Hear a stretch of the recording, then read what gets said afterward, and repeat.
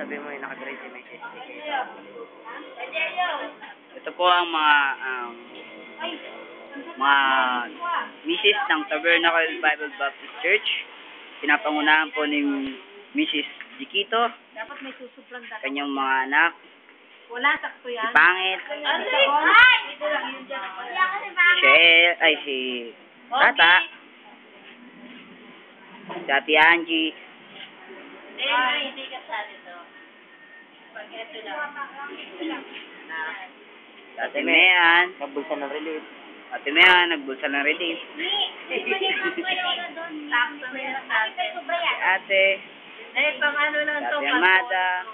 Katulad ni RJ, ni Dennis, ni Judy. Alam ko wala si RJ. Meron naman. Ate Lydia. Basta wala sumali.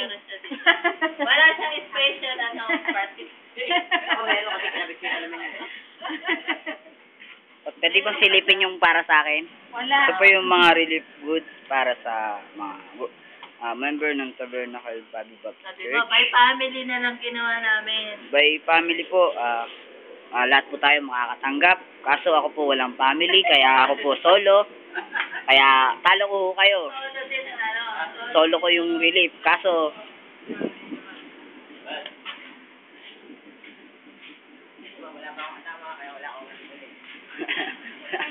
Wala pa kaming asawa, kaya wala kaming relief.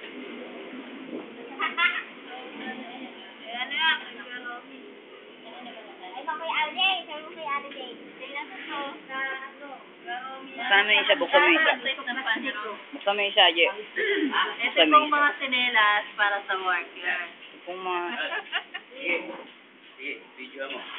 Mga sinelas po Ito pong mga namin. tsinelas. Magaganda po, ang pumili niya si Mrs. Chiquito. Ayan. Naman, kaya pala maganda. Kaya pala malalaki. Hindi sa mga lalaki yan eh, kaya malalaki. Oh, may Oo, wala ako. Ito akin si Meo. Bakit si Mian mayroon? Eh, worker din siya dito. Worker din siya. Para to sa mga workers. Siya sa Ate Waldas dito. Si Ate yan ha. Wala mapipili. Ayun sa liwanag. Diyan mo lang lagay. Para po yan sa mga workers. Siya po ang mabuting Na wala katiwala naman. dito. Sana may family rin ako. Para makakatakbo siya pag may tumuktok sa pinto, kailangan may sinelas siya. May safeguard. Ganda na. Huwag mo na may tago. Isuot mo na. Panitin na pa talaga. Sinelas niya. Tingnan mo kung bakit. Sardinas. Hindi mo na pwede kunin. Stop na. Ay, hindi mo na kukunin. Lucky me. Hindi, pinasukan ko lang. Vietnam mo ito, Vietnam. Vietnam, at least hindi man kayo makapunta ng Vietnam. Maganda nakikita na lang namin saan. Vietnam. Yeah. Cambodia, uyan. Huwag mo sandalan na. Hindi, wala. Madilim, di madilim. Ba't ano yan? Wala Vietnam. Si Balistan. Ayan, oo. Ilang kilong bigas to? 5. 5 kilos of rice. Madala nga yung pamilya ko rito bukas. Safe and baptized eh, kaya kailangan Wow, maling. Favorite ko. Tagal ko na hindi nakakatikim ng maling. Nire-record niya namin! Sawa. Oo, Kasi wala sa bundok niyan. Wala sa bundok. Nakatira po si RJ sa bundok. Martin. Gusto ko yung kulay pula. Tignan naman natin yan yung para sa mga family. Mga individuals naman. So, para sa mga backslider wala. Wala. Ito ay para sa mga backslider. Hindi nga sa akin pastor eh. Mga individuals.